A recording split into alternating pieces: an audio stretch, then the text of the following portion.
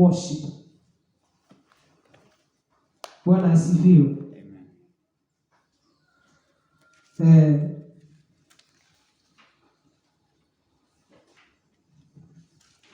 And what I'm supposed to do when I'm worshiping.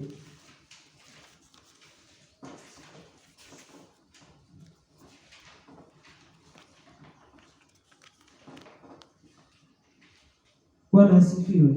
Amen. Hii jambo la worship imekuwa ikinena ndani yangu kwa muda mrefu sana. Na Mungu ni mwema. Siku ya leo nimeweza kuja mahali hapa kuiongelelea. Bwana asifiwe.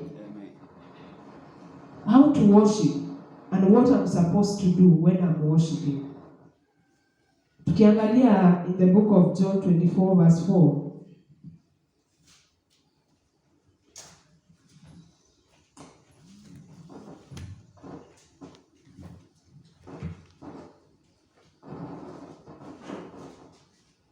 Hapo tunaona yule mwanamke alipata Yesu kizimani, a Samaritan woman.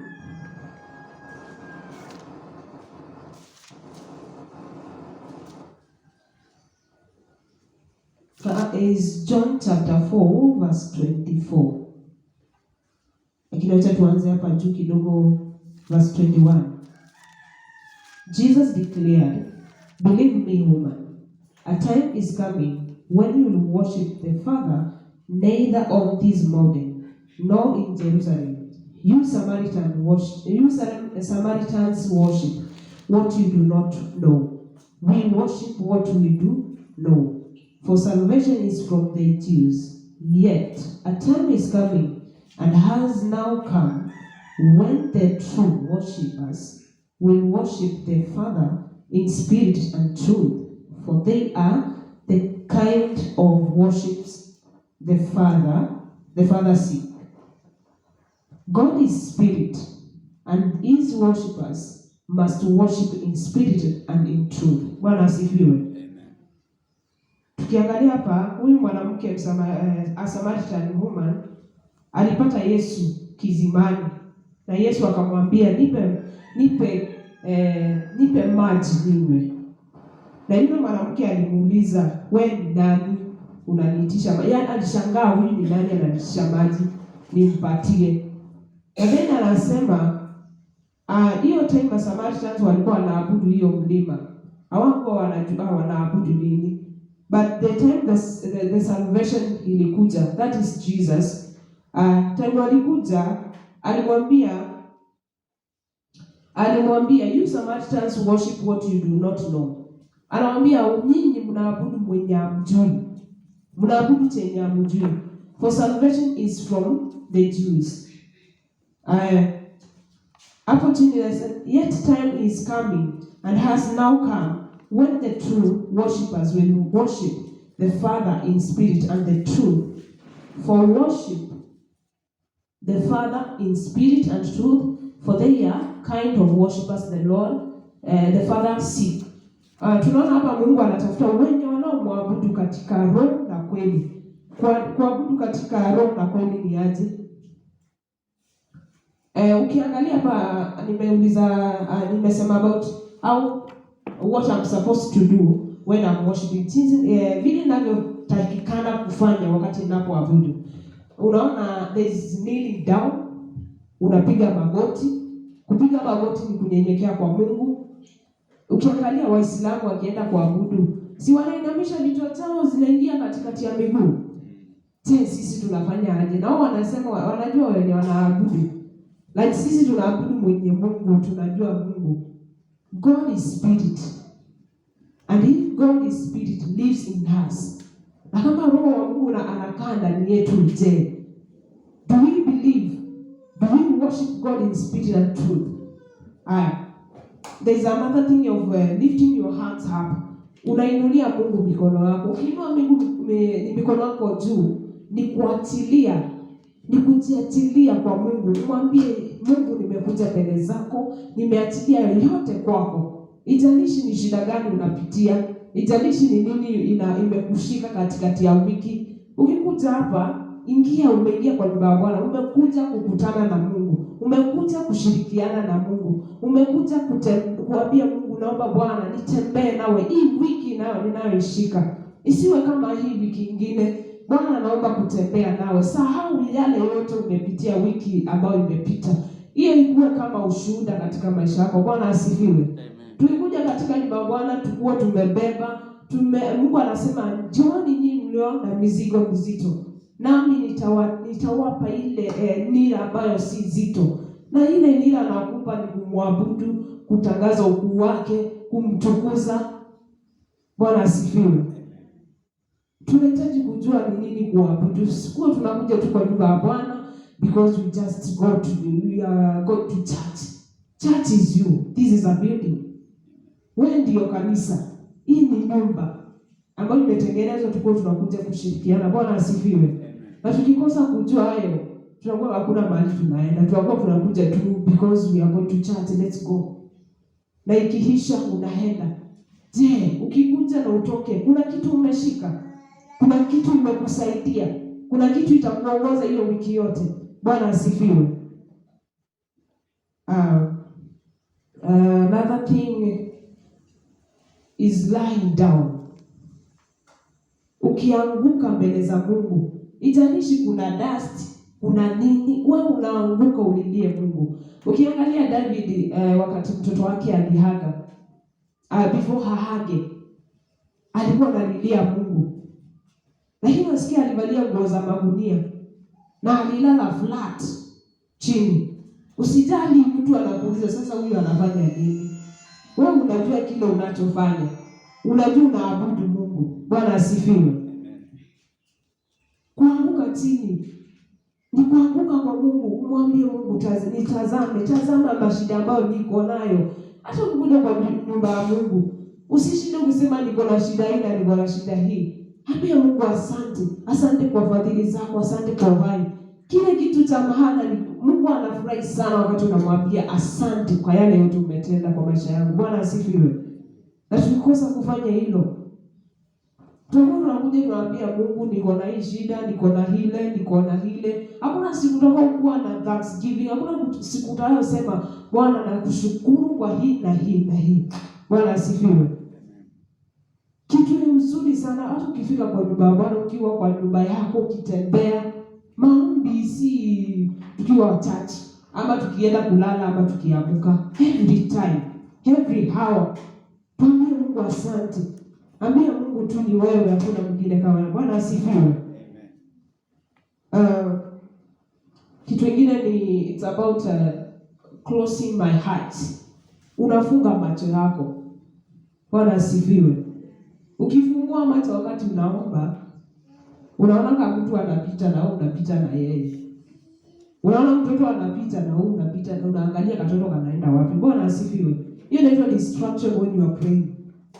Juu akili itadivert ifuate mtoto anaenda vizuri ama haendi vizuri. Bwana asifiwe. Usikie mtu anaingia. Sasa hiyo ulikuwa unaomba ufungue macho uanze kumwangalia. Umedistract your mind. Ajua wakati unapoomba you are being connected with God. You connect yourself with God. Bwana asifiwe. Prayers are very important in your life. Bwana asifiwe. And then the question is, do you believe when you worship? Unaamini ukiabudu? Bwana asifiwe. Do you believe when you are there's between praise and there's between worship? Kuna kitu katika hizo mbili. Praise, unatukuza Mungu. Worship, you are welcoming God to come upon your life. You are saying thank you Jesus. Thank you Lord for everything that you have done in my life. Unamwabudu na unakaribisha uwepo wake ushuke juu yake. And there is a very if there is something so sweet and a very interesting and very wonderful thing is to worship. Wachana kuruka. Lakini wakati unaita Mungu ashuke, unafunga macho, unainua mikono, yaani Roho wa Bwana atashuka. Lakini wakati umekaa hivi, for sure that you are praying, there is nothing you are doing. Unapiga magoti, unaanguka. Hii siku usisumbuliwa na watu bila watasema. Unajua kile unachoabudu, unaabudu Mungu. Na unajua unaabudu Mungu kwa nini? Wewe unajua kwa nini umeanguka hapo. Wewe unajua kwa nini unainua mikono. Usiangalie huyu mtu mwingine anafanya nini. Hapana, wewe ndio umekuja you personal. Si kila mtu ametoka kwa nyumba yake. Bwana asifiwe. Si kila mmoja ametoka kwa nyumba yake. Mmekutania hapa. Umekuja kufanya nini? Before you get out of your house, ask yourself, what am I going to do in that house? Nimesema, this is a building. You are the temple of God. It's your heart. Roho yako ndio hekalu ya Mungu. Na kama wewe ni hekalu ya Mungu, how do you live? Unakaa aje? Because life without prayers. Utauliza wenye wako huko nje hawajui maombi ni nini. Umuulize kama anaomba akwambia siombangi. Na anaona tu maisha inaendelea vizuri. Lakini kuna vitu ziko kwa njia. Wewe unayejua kuomba, mashida yakija unakimbilia Mungu. Mashida yakikuja, anaenda kwa waganga. Ama anaambiwa twende nikuonyeshe mahali uombewe.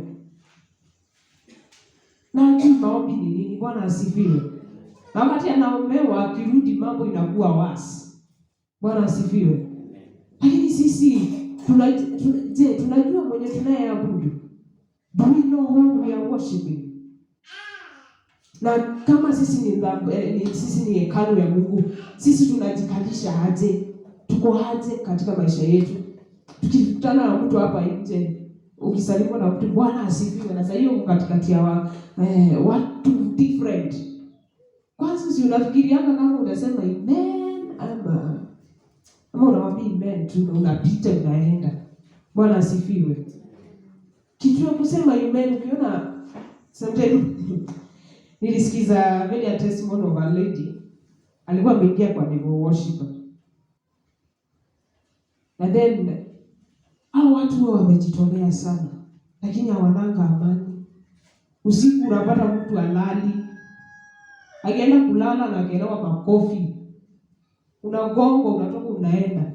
Lakini mahali unaenda kunywa pombe. Au unaenda kununulia watu pombe. Ushinde hapo dance una dance nyimbo zenye una dance is worst. Na ukiangalia vile amevalia, unasema, Mungu amsaidie. Lakini huyo msichana alipotoka alisema alipata accident.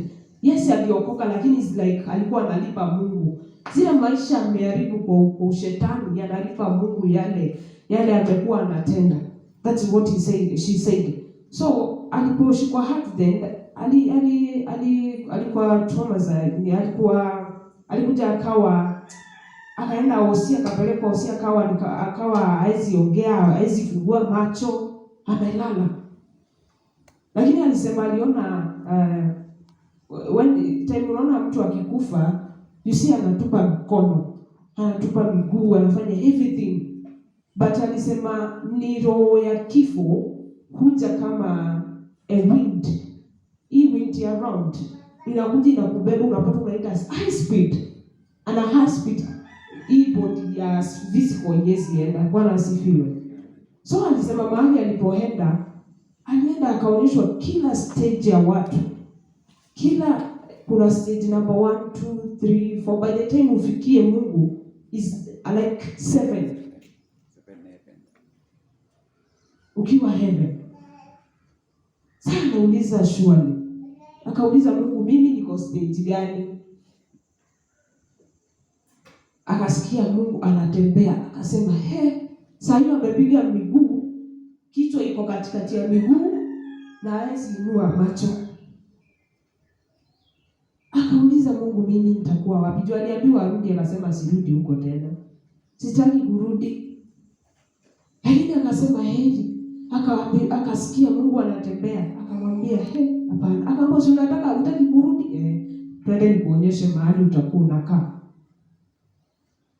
Akasema akaambiwa, sasa aliposikia hivyo akasema hapana, akaambiwa arudi. Ndio atangaze ukuu wa Mungu. So alisema yeye aliingizwa na shosho yake akiwa mdogo, miaka 8. akiwa na 8 years alikuwa deeper in witchcraft. Na witchcraft siku hizi imeingiana na devil worship. Ndio wapate powers. Ndio akuwe strong. Ukija kwake akutibu akuwe strong. Lakini ukijua kwenye anakuingiza wewe, hutaamini. Hiyo alikuwa areviwe akuwe sasa aingie kumwabudu Mungu, aingie kumtumikia Mungu. Bwana asifiwe. Na asaidie wale waliko huko ndani waweze kutoka. Bwana asifiwe. Angeenda au wenye walikuwa wangetoka, hawawezi toka. Ndio maana anasema tukiabudu Mungu tujue chenye tunaabudu. Tukue serious. Nimewaambia Waislamu wakienda kuabudu, kila mtu kitu inakuwa katikati ya miguu. Je, sisi wao wanaabudu Muhammad, wao wanaabudu Mungu. Kuna mwingine isikia akisema yeye ajui kama Yesu wako, amini Yesu, yes yako, lakini anaamini Mungu zaidi. Lakini tuambiwe through the Son, kupitia Yesu ndio tutaweza kumjua Mungu. Bwana asifiwe. Tunashirikiana pamoja. Tuko pamoja. Basi nisikie amen. Bwana asifiwe. Hiyo sauti kusema amen, wale wanajuanga tuko pamoja. Bwana asifiwe. Hii mambo ya kuabudu ni ya maana sana. Hii kitu nimekuwa ikiongea ndani yangu, na hata wakati niliambiwa mimi nitashikilia Bible study, although I've never done this. Niambie Mungu tu anisaidie. Anitie nguvu. Lakini namwambia anipe neno, lakini ile neno inakuja ni kuabudu. Bwana asifiwe. Je, tunakuja kwa nyumba ya Mungu aje? Unawaambia mkikuja mwingie hapa. Na Mungu kutoka kwako kwa nyumba.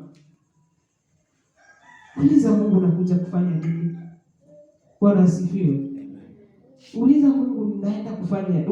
Ujiulize wewe mwenyewe. Nikifika hapa naenda kufanya nini?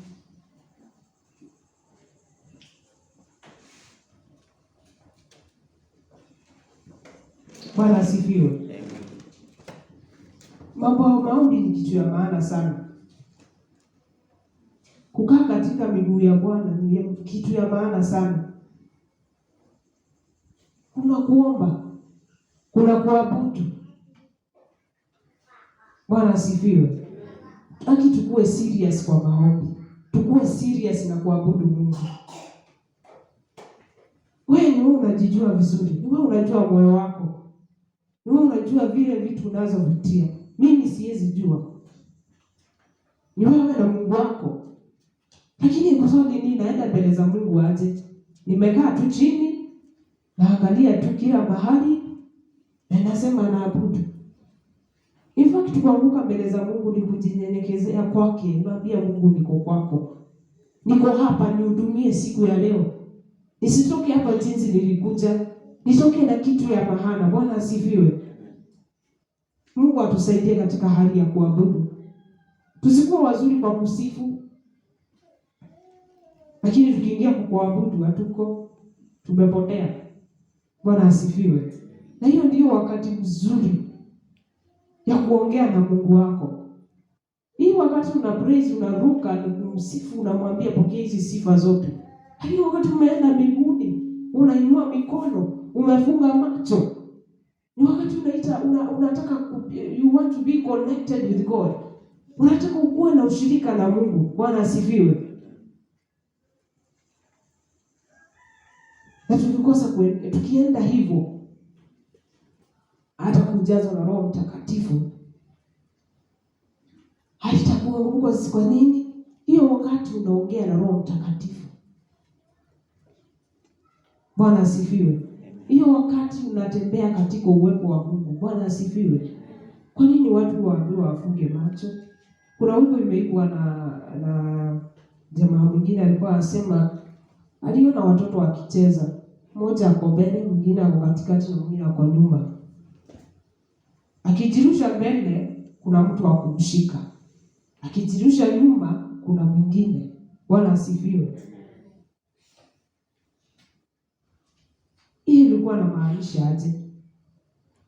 Kuna Roho Mtakatifu na ukijirusha mbele anakushika, ukirusha nyuma anakushika.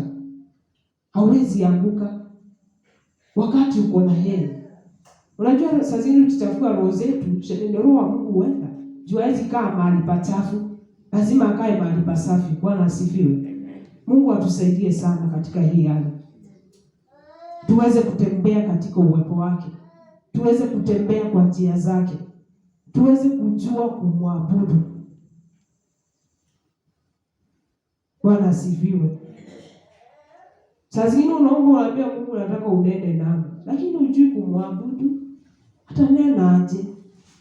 Haujui kwenda mbele zake. Haujui vile utaenda uabudu, hujui vile utaenda kwake. Bwana asifiwe. Ukienda kwa maombi, kitu cha kwanza ni kuambia Mungu asante. Usianze kusema Bwana niko na hii shida, niko na ile. Hapana, mwambie Bwana asante. Kwa hii na hii umetenda hii na hii. Haijalishi ni shida gani uko nayo, Mungu anaiona. Lakini Mungu anakuataka uongee wewe mwenyewe. Anajua uko na shida. Anaona kila kitu. Uko na shida nyingi sana, anaiona. Lakini ukienda kwake utaenda aje? Utaenda kumwabudu aje? Utaenda kumuongelesha aje? Hii hali ya kunyenyekea mbinguni pake. Au asikia naanguka.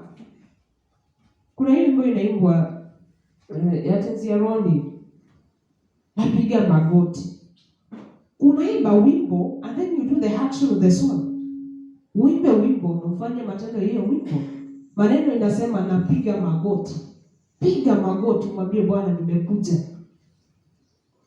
Tusiseme napiga magoti lakini you are standing. There's nothing you are doing.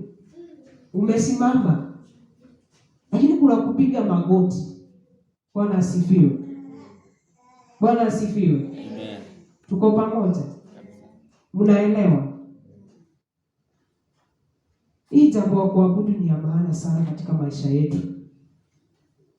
Swali nijiulize, mimi naendanga mbele za Mungu aje? Kama malaika wanainama, wanainuka, je, wewe unatamani Mungu atembee nawe? Lakini wewe uko kwingine. Tembea nami Bwana, niongoze. Atakuongoza aje tu ujui vile ya kwenda mbele za Mungu? Mwambie Bwana niko hivi na hivi, naomba utembee nami katika hii jambo. Bwana asifiwe. Nimesema kuabudu ni kitu ya maana, a very important thing. Na hata waimbaji wakiwa hapa mbele, wakiona watu wanaabudu, that is the joy. Lakini wakiona watu waabudu, hata wana shughuli, wengine wamekaa chini, wengine wanafanya hivi, wakiona mtoto ametoka na yeye kwa hivi, huyo mwimbaji anasikianga, ni nini nafanya? Kweli nahudumia hawa watu? Kuna kitu nafanya katika maisha yao? Lakini akiona watu wanainua mikono, wengine wanapiga magoti, wengine wanalilia Mungu, that is the best thing. That is joy. Bwana asifiwe. Amen. Mungu atusaidie sana katika hali ya kuabudu. Ukiangalia watume wote, angalia Stephen. Alirudishwa kwa tundu la simba. Na Mungu akatuma roho wake. Akamwambia kwa shida, Mungu anatuma malaika wake washuke hapo. Haijalishi nini utakuwa ndani yake. Simba wakafungwa midomo. Daniel anaanza kuabudu na wao. Bwana asifiwe. God is able. Mungu anaweza jambo lolote. Haijalishi ni nini, ni ugonjwa, ni kila kitu. Bwana asifiwe. Vitu zingine tunapitia tukipimwa imani yetu iko aje. Imani yako iko strong ama iko nusu? Na kama iko nusu ijaze. Na kama hakuna amani, omba hiyo amani uwe nayo. Omba hiyo imani ushike, utembee nayo. Juu ukiwa una imani hata sijui. Faith without action is dead. You are walking but you are dead in spiritual. This is a physical, but there is kuna ile ni roho iko ndani. Kuna ile mwili ingine, it's like ukikufa wanasema unaonanga ukiwa it's like you are dead but you're not dead. Unaonanga mwili wako, unaona the other one imetoka. Ile physical imeachwa, but the spiritual one iko kando. Unaona you are the same, but the way you are unaweza pitia Deacon Kariuki not standing. Upitie lakini haisisikia. Hiyo ndio spiritual life, spiritual body that is in us. Hiyo ndio roho Mungu aliweka ndani yetu. Na ikiondoka mwili unaacho. Bwana asifiwe. Lakini kuna ile unajiona uko pale. It's like ni vile unatembea yako unaona inaitwa kivuli. Unatembea lakini unaona kivuli yako kando. That is how you are when you die.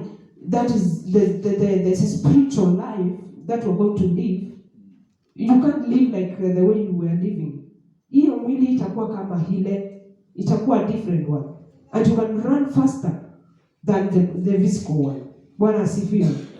So hii mwili ya ndani tuilishe neno. Hii mwili ya ndani inataka neno. Hii ya nje inataka ugali. Hakuna kitu kingine. Lakini kuna ile iko ndani inataka neno. Bwana asifiwe. Hiyo ndio inakuwezesha kuomba. Hiyo ndio inakusaidia ukaa katika maombi. Bwana asifiwe. Mungu atusaidie sana. Sijui mimi niseme nini. Naambia tu Mungu anisaidie katika hali ya kuabudu. Hata si mambo la kutukuza. Nimesema kuna different ya kutukuza na kuabudu. Kutukuza utaruka, uinue mikono, ufanye nini? Lakini ila wakati unaingia kwa maombi, unaingia kwa worship. Angalia Silas. Watu walitupwa kwa gereza. Walikuwa wamefungwa miguu na mikono. Lakini wakapeleka sauti yao juu. Wakaita Bwana. Nao walikuwa wanajua wanaita nani. Walikuwa wanajua wanaabudu nani. Bwana asifiwe. Na Mungu akatuma malaika wa Mungu. Hizo nyororo zikafunguka. Bwana asifiwe. Nyororo ulizo nazo Mungu anaweza zifungua. Lakini je, unaenda mbele za Mungu aje? Bwana asifiwe. Mungu atusaidie tujue jinsi ya kumwabudu. Bwana asifiwe. Atusaidie tuweze kujua jinsi ya kumwabudu. Kumwabudu si tu kuimba peke yake. Funga macho. Inua mikono. Funga macho. Anguka mbele zake. Fungua macho. Piga magoti. Hizo shida uko nazo ukiingia kwa magoti, Mungu ataona kweli yule mtoto wangu amejiachilia kwangu. Kwa nini nisimsikie? Kwa nini nisisikie maombi yake?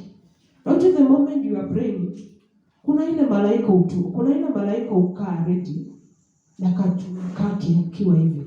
Aingojea mahitaji yako. Apeleke mbele za Mungu. Bwana asifiwe. Lakini tukijichafua tukijichanganya, tuelewe ni nini tunafanya. Tunafanya kama malaika wa Mungu hata asikuje, asisikie kitu yoyote. Anasikia anapiga tu kelele. Simuelewi anasikia nini anasema. Bwana asifiwe. Ni vizuri sana kumwabudu Mungu. Ni vizuri sana kujiachilia mbele za Mungu. Bwana asifiwe. Ukifunga hizi, Mungu alisema tumepewa hizi mikono. Kuna reason Mungu alitupea hizi mikono. Kuna reason Mungu alitupea hizi miguu. Macho, mdomo. Bwana asifiwe. Akona reason. Na kuna mwimbaji anaimba, Mungu aliniumba ili nimwabudu, ili nimtukuze. Hizi miguu ni za kupeleka injili. Bwana asifiwe. Mikono unapiga makofi. Mikono unainulia Mungu. Bwana asifiwe. umefunga macho, ukiwa umefunga macho, kama kuna kitu you feel is like you are another world when you are worshiping. Ukiwa umefunga macho na umenyenyekea mbele za Mungu na umejiachilia, you feel in another world. That is something I've experienced. You feel you are in another place. Hauko hapo umekanyanga. Kwa nini? Tunajua ni nini unafanya. Ukiwa hujui nini unafanya, unasema hii maombi ya kushinda, umeabudu, umepiga magoti, unasema mashida imekuwa mingi. Akili umedivert, imeenda na akuru. Unafikiria fulani yako huko, ako haje, na uko kuabudu serious. Je, hapo unaabudu kweli? Wakati umedivert akili, ni kutenganisha akili. Mwili iko hapa lakini akili iko kitu kingine. Unafikiria watoto watakula nini usiku? Neno la Mungu linasema mimi ndio leo, jana na kesho. He can provide for you for everything. Kama anapea ndege wa angani chakula, kwa nini sio wewe? Ni wewe alikuumba. Bwana asifiwe. Na anakuita mwana wako. Bwana asifiwe. Wakati unakuja kuabudu na udivert akili yako, utoe hapa, ama uingie uanze kufanya vitu zingine. Uko hapa lakini uko dunia nyingine. Unafikiria kesho nitaenda job saa ngapi? Nitafika saa ngapi? Nitafanya hivi na hivi. Wewe, acha nikuambie, kuabudu wa kuchezangi. Ukitaka kujibiwa maombi, kuwa serious.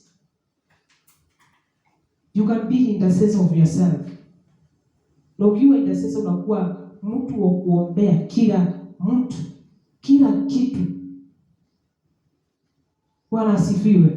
Unaombea kanisa, unajitolea, ujitolee juu ya mtu, ujitolee juu ya mama ama pasta.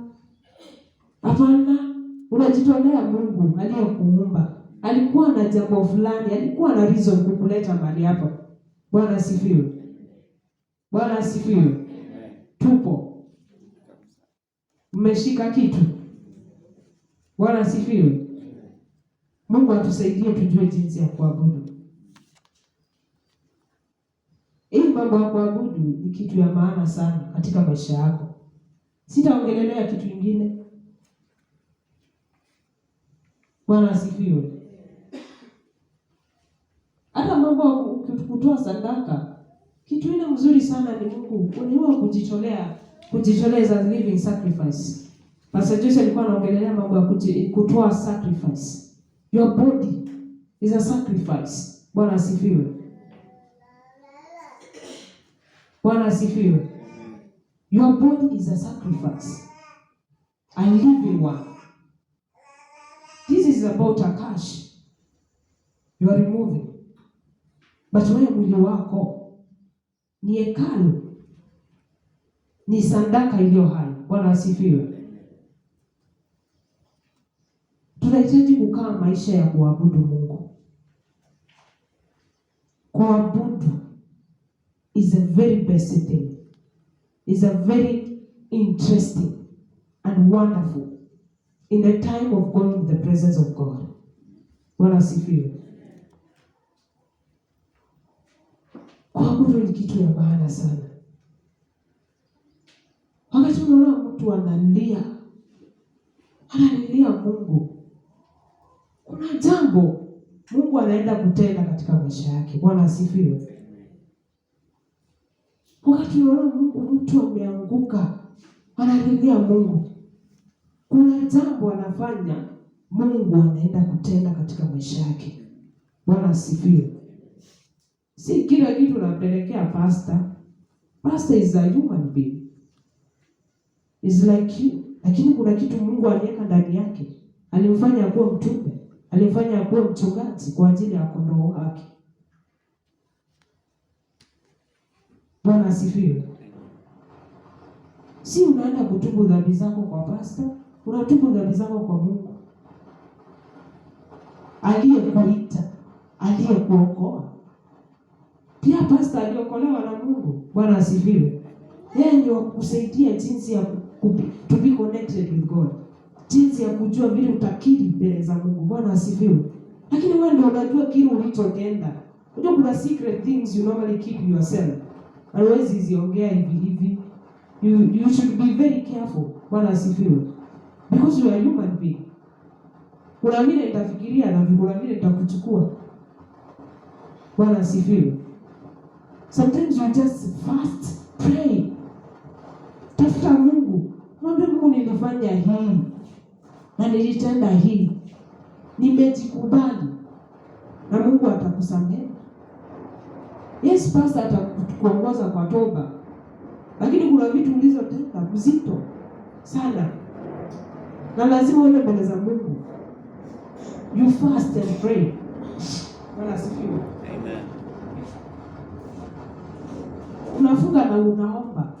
Ndio Mungu akusamehe hiyo kitu. Bwana asifiwe. Juu ukikosa kufanya you will live life of regret. Unakuwa unasema nilifanya hivi na hivi. Unaanza kujihukumu, unasema kwa Mungu alinisamehe kweli? Unafikiri hadi unashindwa nini maendeleza. Bwana asifiwe. It's good we know how to pray, how to worship. Juu huwezi worship without praying. Bwana asifiwe. And the keys of prayer, the basic keys of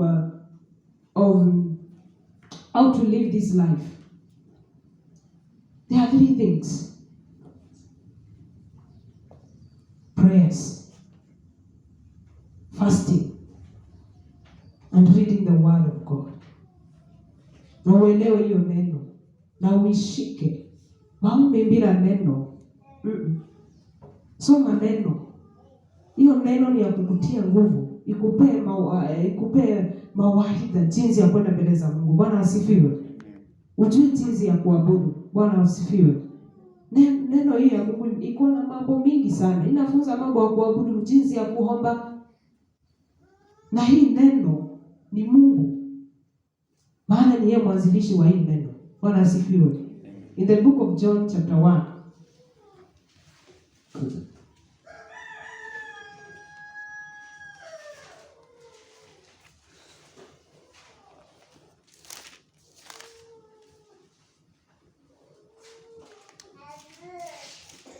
Inasema in the beginning there was the word. In the beginning was the word. And the word was with God. And the word was God. He was with God in the beginning. Bwana asifiwe. Hii neno ni Mungu. Unapoisoma unanena na Mungu na hiyo neno. Bwana asifiwe. Alitumia watume wake waandike hii neno. Maana ni yeye alikuwa nayo. Bwana asifiwe. Hakuandika ya bure. Bwana anasema the beginning was the word. And the word was with God. Bwana asifiwe. Mwanzo wa dunia. Mwanzo wa neno. Kulikuwa neno. Mwanzo wa dunia kulikuwa neno. Na hiyo neno ilikuwa Mungu. Bwana asifiwe. I'm not good in Kiswahili. Although anaambia mtu amengoa. Bwana asifiwe. Lakini kwa hiyo yote Bwana tunasema anastahili sifa zote. Mimi sikuwa na maneno mengi. Nilikuwa nataka nifunze hiyo jambo ya kuabudu. And I just want us to do something. Naomba tusimame si wote.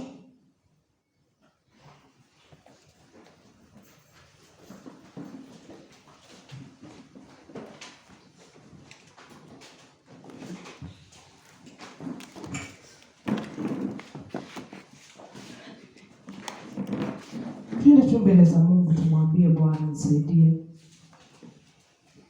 Nisaidie Bwana nijue jinsi ya kukuabudu. Nijue jinsi ya kunyenyekea miguuni pako. Nijue jinsi ya kukuabudu katika kila hali. Nijue jinsi ya kushukuru kwa kila hali yote ninayopitia.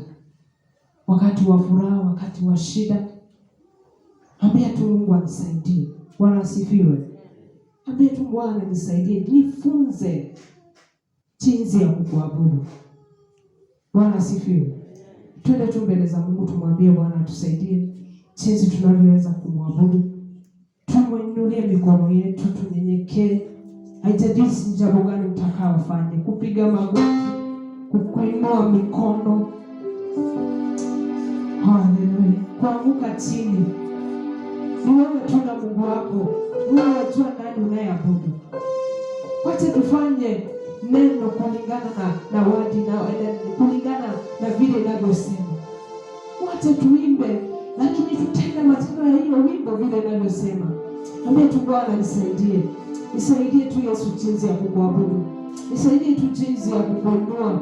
Nisaidie Bwana nikuabudu katika kila hali yote ninalopitia. Ni asante, niseme tu asante. Kama malaika wanaabudu, wanainama, wanainua mikono yao, wanainua vichwa zao, wanainua mikono yao, wanapiga magoti, wanaficha vichwa vyao katikati ya miguu, wakiogopa hii moto wa Bwana. Ambia tu Yesu akusaidie, ambia tu Roho Mtakatifu akusaidie jinsi ya kuabudu. Amwambie tu akusaidie asubuhi ya leo. Uweze kutoa jinsi ya kuabudu. Uweze kutoa jinsi ya kwenda mbele zake. Maana yeye anaweza, kuna jambo ambalo limemshinda. Nifundishe Bwana jinsi ya kuabudu Bwana. Nifundishe Yesu jinsi ya kuabudu. Nikiwa katika hali ngumu, nikiwa katika furaha, nikiwa katika hali lolote naopitia katika njia zangu. Naomba Bwana Yesu nisaidie jinsi ya kuabudu. Yesu nisaidie, maana siwezi bila wewe. Siwezi bila wewe wako mtakatifu. Naomba kibali chako Bwana wa Bwana. Naomba kibali chako Yesu asubuhi ya leo. Maana wewe ni Mungu, hakuna mwingine kama wewe. Pokea sifa, utukufu wote ni wako. Umeinuliwa na umetukuka Bwana wa Bwana. Yesu niwezeshe Mungu milele. Sifa zote zikurudie wewe Bwana wa Bwana. Sifa zote ni zako Mungu milele. Hakuna wa kufananishwa na wewe. Asante Yesu, maana wewe ni Mungu, hakuna mwingine kama wewe.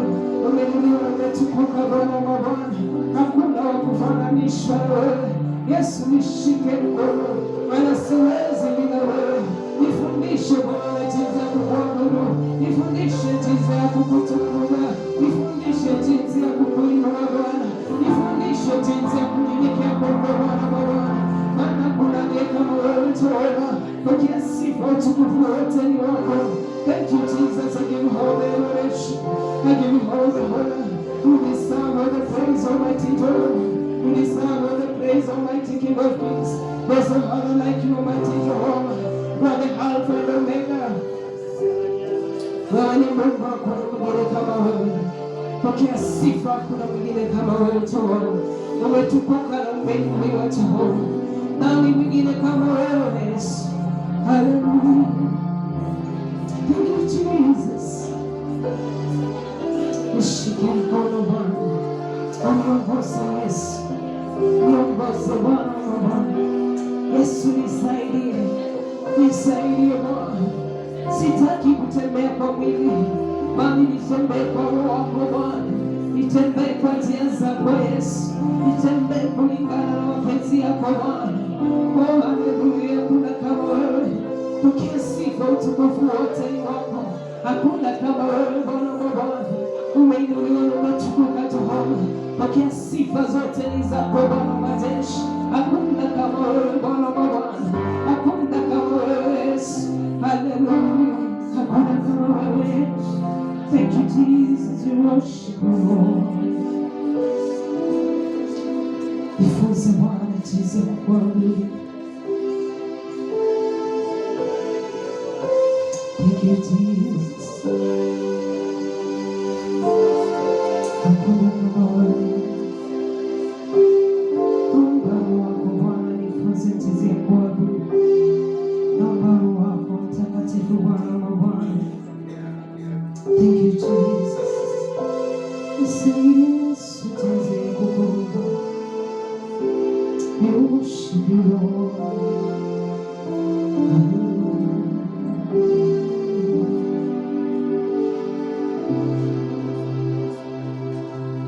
You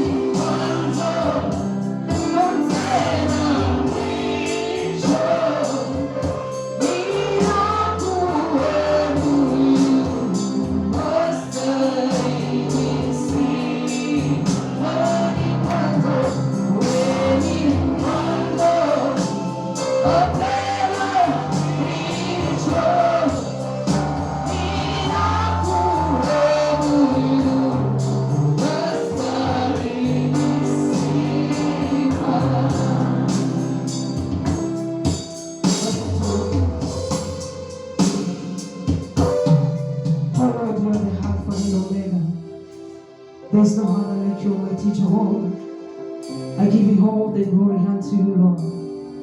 You have been with us, Almighty Father, since the starting. Lord, you have handed with us, Almighty Jehovah. I give you all the adoration and the honor unto you, King of Kings. There is no other Father like you, Almighty Father. I pray for every word, Almighty Jehovah. We have learned from you, Almighty King of Kings. We pray, Father, to continue working in our lives, to help us, Almighty Father, how to come to you, Lord, Almighty Father, and how to worship you, King of Kings, how to surrender ourselves unto you, King of Kings. Help us, Almighty Father. We pray for your Holy Ghost, Almighty Lord, because there's no other God like you, Almighty Jehovah. We give you all the honor and the glory, Almighty Father. You deserve them, Almighty Father. Oh God, receive all the glory, Almighty Father. Lord, there is no other like you. Thank you, King of Kings, for everything that you have done in our lives, Almighty Lord. Because you are able, Lord, to do great things, Almighty Father. You are powerful, God, Almighty King of Kings. Be with us, Almighty Lord. Be with us in everything we do, Almighty Jehovah. Lead us, Almighty King of Kings, Lord. Because without you, Father, we are nothing, Lord. We welcome you, Jesus, Almighty Father, and your Son, John, Lord. Be with us, Almighty Jehovah, because you're powerful, God, Almighty Jehovah. You are able, God, Almighty Lord. I worship and I give you all the praise. Receive all the glory, Almighty Father. Receive all the honor, Almighty Lord. It's not me, but you, King of Kings, Lord. I worship and I give you all the praise, Almighty Father. And it's Jesus' name we pray, trust and believe. God of heart and shall do great things in our lives. Amen.